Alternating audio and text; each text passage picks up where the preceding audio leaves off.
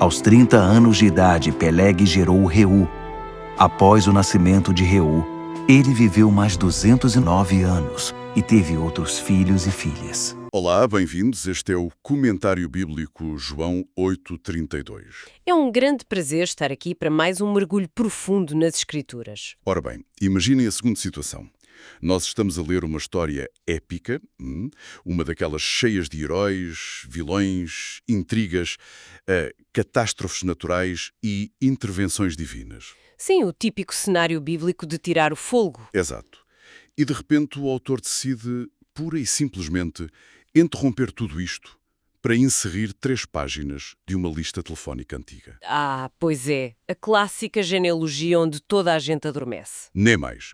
É exatamente essa a sensação que temos quando chegamos ao capítulo 11 do livro de Gênesis. Sem dúvida. São só nomes difíceis de pronunciar, números aborrecidos e um tédio narrativo que nos faz querer avançar o mais rápido possível. É verdade, e se formos totalmente honestos, é o que quase toda a gente faz numa aula de escola bíblica ou até na leitura pessoal em casa. Pois, a nossa mente procura sempre conflito, não é?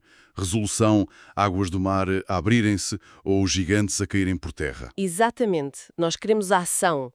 Quando esbarramos numa genealogia seca, o nosso cérebro simplesmente desliga e fazemos um salto de página. Mas isso o segredo para entender a estrutura de toda a antiguidade bíblica estiver escondido precisamente nesta matemática que costumamos saltar? É uma excelente premissa. A nossa missão de hoje, para todos os que nos acompanham neste comentário, é focar apenas em 2 versículos que parecem incrivelmente mundanos.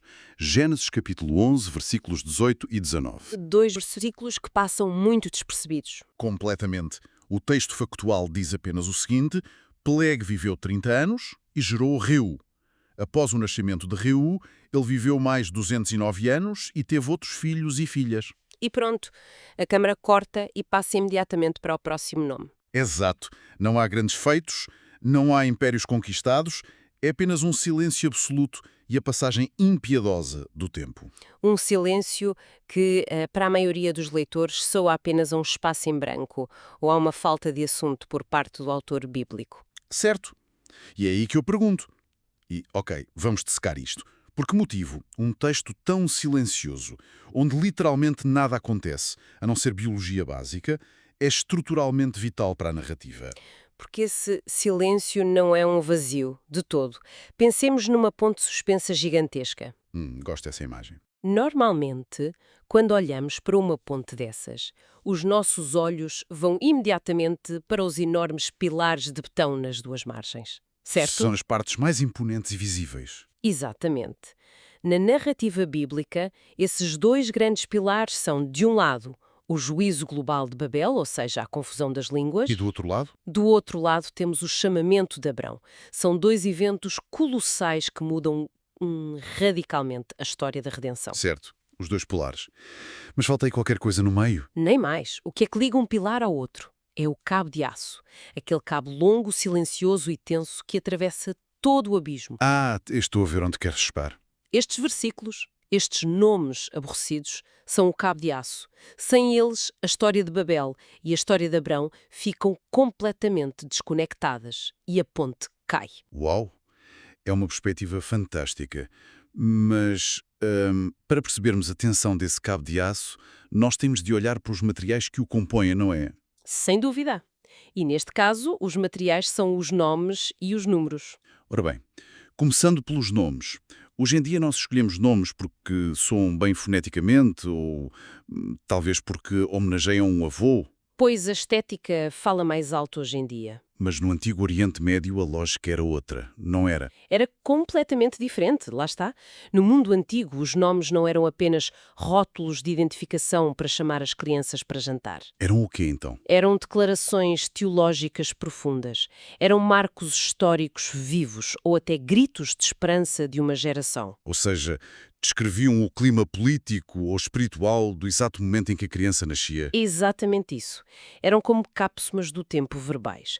O que nos leva diretamente ao primeiro nome do nosso texto, Peleg. Um nome muito pesado, diga-se de passagem. Pois é. A raiz desta palavra em hebraico significa, literalmente, divisão ou separação. E o mais incrível é que nós não precisamos de especular sobre o motivo dessa escolha. Não, porque no capítulo anterior, Gênesis 10, versículo 25, o texto diz que ele se chamou Peleg, porque nos seus dias a terra foi dividida. Ou seja, este homem nasceu no rescaldo imediato da Torre de Babel. Nasceu no meio de um cataclismo social sem precedentes. Mas espera, eu tenho de questionar isto. Estamos mesmo a dizer que um pai olhou para o seu filho recém-nascido, a coisa mais preciosa que ele tinha, e decidiu chamar-lhe, essencialmente, catástrofe? No fundo, sim. Ou, sei lá, divisão? Só para fazer um ponto teológico. Parece-me um fardo emocional absurdamente pesado para uma criança carregar. E é. Imaginem, cada vez que a mãe o chamava para jantar, a palavra separação ecoava ali pela tenda. É um fardo tremendo, sem dúvida. Mas nós temos de tentar compreender o trauma absoluto que foi Babel. Foi mais do que uma confusão de sotaques, não é? Muito mais. Não foi apenas uma mudança linguística engraçada. Foi o colapso repentino e muito violento da comunicação humana. Uma ruptura total do tecido social. Exato. Pensa nisto. De um dia para o outro, vizinhos não se entendiam. A economia de troca simplesmente colapsou. O comércio parou. A confiança mútua deve ter desaparecido por completo. Desapareceu. E famílias alargadas que viviam juntas há séculos tiveram de se separar e migrar em direções opostas por pura necessidade de sobrevivência. Então, dar o nome de Peleg a uma criança era erigir um monumento fonético a esse juízo divino? Nem mais. O nome garantia que a geração seguinte, e as depois dessa, nunca esqueceriam o custo terrível da soberba humana. O juízo de Deus ficou gravado no bilhete de identidade daquele homem. Faz todo o sentido como um memorial vivo do trauma. Mas o texto não fica por aí. E é aqui que a ironia se torna mesmo palpável. O que é fascinante aqui é o que acontece na geração a seguir. Pois, porque no meio deste mundo fraturado, onde reina a desconfiança e a separação, Peleg tem um filho. E que nome lhe dá? Reu. E a raiz hebraica de Reu deriva da palavra Ra, que traz um significado diametralmente oposto à divisão de Peleg. O que é que significa? Significa amigo, companheiro ou pastor, aquele que cuida e apascenta. Uau! É um contraste brutal. De separação passamos para a amizade numa única geração. É a teologia da esperança a operar no silêncio da genealogia. Porque repara no movimento. Diz. A humanidade tenta unir-se em rebelião em Babel, o que resulta em juízo e divisão. E aí temos Peleg. A tal catástrofe que dividiu a Terra. Mas Deus não abandona a humanidade ao isolamento total. Imediatamente a seguir, começa a semear a restauração e o companheirismo sagrado. E aí nasce Reu. O juízo dispersa as ovelhas, mas a linhagem fiel já aponta para um pastor que cuida. Lá está. Mesmo nos destroços de uma sociedade completamente partida, a aliança de Deus começa, discretamente, a reconstruir os laços de comunhão que irão culminar na família de Abrão. Incrível. Isto muda completamente a forma como lemos estas listas exaustivas. Deixa de ser uma lista telefónica e passa a ser uma verdadeira crónica de sobrevivência e de esperança. É muito mais do que biologia. Mas, se esta linhagem é assim tão crucial, há algo nestes versículos que me causa uma grande confusão matemática. Confusão matemática, como assim? O texto parece ter uma pressa enorme. É como se alguém estivesse a carregar no botão de fast forward, num comando de televisão. Cortamos todos os detalhes e ficamos apenas com nasceu, gerou, viveu e morreu. Sim, a narrativa está de facto a acelerar de forma drástica. Por que tanta pressa? Quando o destino final da história é Abraão, o texto não perde tempo com floreados. O Espírito Santo retira toda a gordura narrativa para chegarmos ao ponto que importa. Ok, compreendo a pressa literária, mas o que me confunde verdadeiramente é a quebra vertiginosa das idades. A descida da esperança de vida? Sim. Antes do dilúvio, nós líamos sobre patriarcas a viverem 900 anos. Sem, o filho de Noé, viveu 600, mas, de repente, a curva começa a cair a pique de forma dramática. Muito dramática, sim. Quando chegamos a Peleg, a matemática diz-nos que ele viveu apenas 239 anos no total. É uma fração minúscula em comparação com os seus antepassados. É um corte radical na biologia humana. E a minha dúvida é esta. Se Deus está a tentar proteger esta linhagem santa, esta corrente de homens fiéis no mundo corrupto, não faria sentido que ele os fizesse viver mais tempo? Seria a nossa lógica humana, sem dúvida. Pois, por que é que a providência divina diminui drasticamente a esperança de vida destas pessoas que são, no fundo, os elos essenciais da promessa? Esse é provavelmente o paradoxo mais fascinante desta secção da Bíblia. A nossa lógica imediata diz que mais tempo de vida equivale a mais influência positiva. Claro, mais tempo para ensinar as gerações futuras. Mas nós temos de olhar para o panorama geral e, principalmente, para o mecanismo complexo que é o coração humano. O que é que acontece na prática quando seres humanos pecadores vivem quase 1000 anos? Bem, presumo que acumulem muito conhecimento. Sabedoria, talvez? Conhecimento, sim, mas acima de tudo, acumulam poder, riqueza, influência política implacável e uma impunidade total. Nunca tinha visto as coisas por esse prisma. Imaginem um tirano, ou um líder com más intenções, que tem 800 anos para consolidar o seu império, 800 anos para eliminar opositores e amassar fortunas incalculáveis. É assustador. Não há rotação de poder possível. Exato, não há mudança de ciclo político. O mal enraiza-se de uma forma quase inquebrável. E foi exatamente isso que levou à violência extrema e à corrupção total do mundo no período antes do dilúvio. E Babel foi, no fundo, a primeira tentativa de replicar esse modelo imperial no mundo novo, não foi? Precisamente, um líder carismático a tentar dominar toda a gente para sempre. Uau! Um ditador com 900 anos de mandato. Isso muda tudo. A morte precoce, ou melhor, o encurtamento drástico da vida, atua como uma espécie de travão de emergência, não é? Um travão na capacidade do ser humano de construir impérios indestrutíveis do mal. Faz todo sentido. O teólogo John Wesley fez observações muito pertinentes sobre este fenómeno.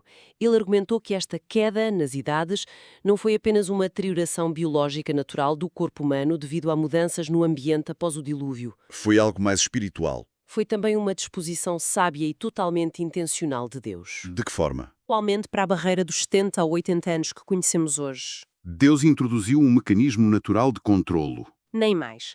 Nenhum ser humano, por mais genial ou perverso que seja, tem tempo suficiente para consolidar uma tirania eterna aqui na Terra. Isso é brilhante.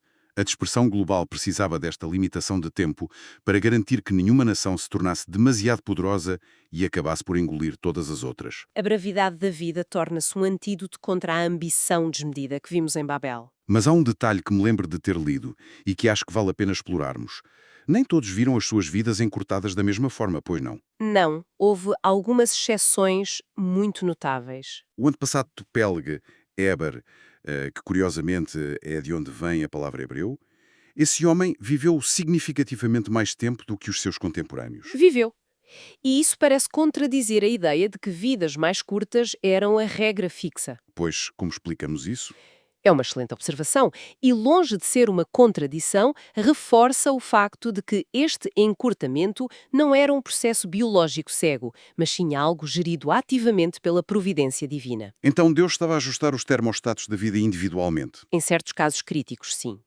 Éber viveu um período excepcionalmente longo, sobrevivendo até ao tempo do próprio Abraão. Uau! Cruzou-se com Abraão? Muitos estudiosos sugerem que essa longevidade não foi um acidente genético, mas uma recompensa direta e muito pessoal. Recompensa pelo quê, concretamente? Pela sua fé. Numa época de apostasia generalizada e de grande confusão, Éber manteve-se firme na aliança com o Criador. Portanto, para o mundo em geral, vidas mais curtas eram uma salvaguarda necessária contra a tirania. Certo. Mas para Éber, manter uma vida longa foi a validação pessoal de Deus pela sua fidelidade singular. Isso permitiu-lhe ser uma testemunha viva da verdade durante muito mais tempo. Então, nós temos aqui duas coisas incríveis a acontecer em simultâneo. Um mecanismo global para travar o mal, através do encurtamento geral da vida humana, e um cuidado individual para preservar a verdade. É o equilíbrio perfeito da justiça e misericórdia de Deus. E isso leva-nos a um ponto inevitável nesta análise. Então, o que é que isto tudo significa? Se o tempo destas pessoas é mais curto, se a narrativa está em modo acelerado para chegar a Abraão, Sim, e se estes homens como Peleg e Reu não construíram impérios nem abriram mares ao meio, qual é afinal o seu grande propósito na história bíblica? o seu grande propósito pode ser resumido num conceito teológico muito interessante: a teologia da continuidade. A teologia da continuidade, deixa-me tentar traduzir isso para um conceito mais cotidiano, para quem nos ouve. Força. Qual é a analogia? É como se a teologia da continuidade fosse a garantia de que Deus mantém sempre um disco de segurança, um backup drive. Um backup drive. Gosto disso. Sim, um backup de pessoas fiéis, mesmo quando o sistema operativo da sociedade inteira colapsa ou é infectado por um vírus altamente corrupto como em Babel. A analogia do backup drive é perfeita para isto. E é exatamente essa a perspectiva que a escritora cristã Ellen G. White traz de forma tão clara na sua obra Patriarcas e Profetas. O que é que ela diz sobre este período em particular? Ao comentar sobre esta época pós-Babel, ela nota que, enquanto a maioria do mundo estava ativamente a tentar apagar o conhecimento do verdadeiro Deus, trocando-o por idolatria e superstição. Sim, a tal rebelião global. Exato. Houve sempre, mas sempre, um fio ininterrupto de guardiões da verdade. A importância vital desta genealogia não tem rigorosamente nada a ver com o nível de fama pública ou a notoriedade histórica que estas pessoas alcançaram. Ou seja, eles não precisavam de ser mencionados nos jornais da antiguidade, nos grandes anais babilónicos, para serem os verdadeiros heróis do texto bíblico. Nada disso. O que Ellen White sublinha de forma brilhante é que a verdadeira grandeza destes homens residia apenas na sua comunhão discreta e inabalável com o Criador. Ela diz que eles viviam na companhia do céu. Viver na companhia do céu. É uma expressão lindíssima e tão simples. E tão poderosa, porque enquanto os construtores de Babel procuravam fama eterna fazendo um nome para si mesmos e erguendo tijolos em claro desafio a Deus. Peleg, Reu e os seus descendentes faziam o oposto. Exatamente. Eles construíam algo invisível, construíam a continuidade da fé.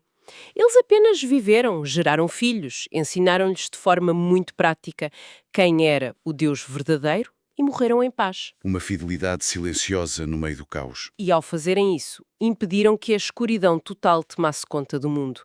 O simples fato de os seus nomes estarem ali registados, nesta genealogia que saltamos, é a prova final de que Deus nunca, em momento algum, deixou a terra sem uma testemunha viva. E aqui é que se torna mesmo interessante, quando cruzamos esta ideia do backup drive com a visão de outros teólogos. Por exemplo, Gerhard von Rath. Ele defende que estas genealogias funcionam quase como paredes mestras na arquitetura da Bíblia. paredes mestras, essa é uma imagem muito estrutural. Sim, elas estão ali para nos provar que a história não é de toda uma série de acontecimentos caóticos e aleatórios à deriva no universo. Há um plano sólido. Se ligarmos isto ao panorama geral e se voltarmos àquela imagem que introduzimos logo no início desta análise. É da ponte suspensa. Exatamente. Percebemos a genialidade do texto bíblico, o tal cabo de aço que não se vê logo à primeira. Sim, essa imagem é perfeita. Toda a gente que visita uma ponte suspensa famosa pega na máquina fotográfica ou no telemóvel e tira fotografias aos pilares gigantes de betão. Claro, são imponentes. Os pregadores e os comentadores bíblicos fazem exatamente o mesmo com Babel e com Abraão. São os grandes eventos, são fotogénicos e fáceis de visualizar. Mas ninguém tira fotógrafos ao cabo de aço que está submerso na tensão diária. Nem mais. No entanto, são esses cabos torcidos e esticados sob uma pressão inimaginável que suportam o peso do trânsito todo.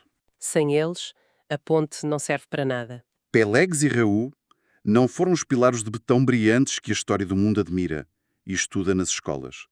Eles foram os fios de aço anónimos que aguentaram a tensão dramática do seu tempo. É uma responsabilidade colossal quando pensamos nisso.